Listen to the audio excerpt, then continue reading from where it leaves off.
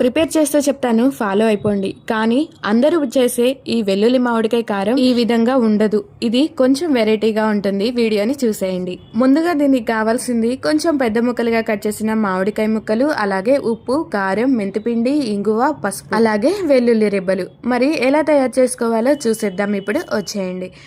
ముందుగా ముక్కలన్నింటినీ కూడా ఒక ప్లేట్లోకి వేసుకోవాలి. అలాగే ఇందులోకి 1/2 టీ స్పూన్ వరకు పసుపు, 1/2 టీ స్పూన్ వరకు ఇంగువ, అలాగే 1 టేబుల్ స్పూన్ వరకు మెంతిపిండిని యాడ్ చేసుకోవాలి. తర్వాత ఇందులోకి ఉప్పు కారాన్ని కూడా యాడ్ చేసుకుందాము. ఉప్పు కారం అనేది మీ రుచికి తగినట్లుగా మీరు యాడ్ చేసుకోవచ్చు. నేను మాత్రం ఇందులోకి నేను తీసుకున్న ముక్కలకి సరిపడా ఉప్పును ఇందులోకి యాడ్ చేస్తున్నాను. నేను యాడ్ చేసే ఉప్పు వచ్చేసి నార్మల్ దేనండి, పచ్చళ్ళ ఉప్పు అయితే కాదు స్పెసిఫిక్ గా. అయితే ఈ ఉప్పు వచ్చేసి నేను 1/2 కప్పు వరకు తీసుకుంటున్నాను.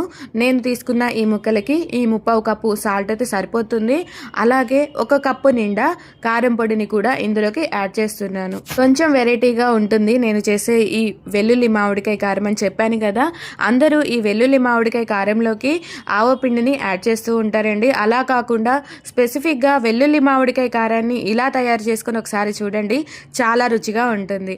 అయితే ముందుగా నేను వెల్లుల్లి రెబ్బల్ని తీసుకున్నాను కదా, వీటి మొత్తాన్ని కూడా ఇలా కచ్చపచ్చగా దంచుకొని ఈ విధంగా మనం ముక్కల పైన యాడ్ చేసుకోవాలి.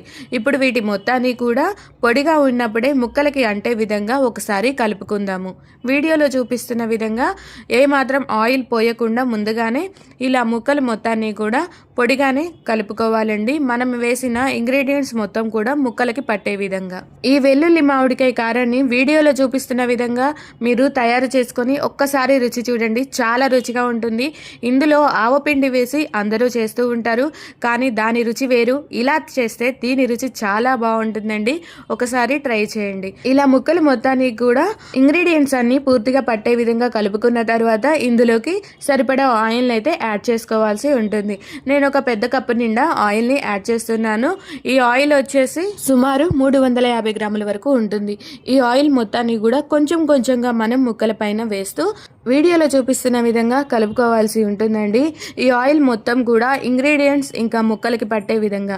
ఇందులోకి మీరు వేరుశనగ నూనెని వాడినట్లయితే చాలా రుచిగా ఉంటుంది. చాలా మంచి ఫ్లేవర్ అనేది వస్తుందండి, మంచి సువాసన కూడా వస్తుంది. ఖచ్చితంగా ఒకసారి నేను వీడియోలో చూపించిన విధంగా ఈ వెల్లుల్లి మామిడికాయ కారాన్ని ప్రిపేర్ చేసుకొని రుచి చూడండి. ఈ వీడియో మీకు నచ్చినట్లయితే లైక్ చేయండి, షేర్ చేయండి, కామెంట్ చేయండి. మరెన్నో వీడియోస్ కోసం మా ఛానల్ను సబ్స్క్రైబ్ చేసుకోవడం మాత్రం మర్చిపోవద్దు. Thank you.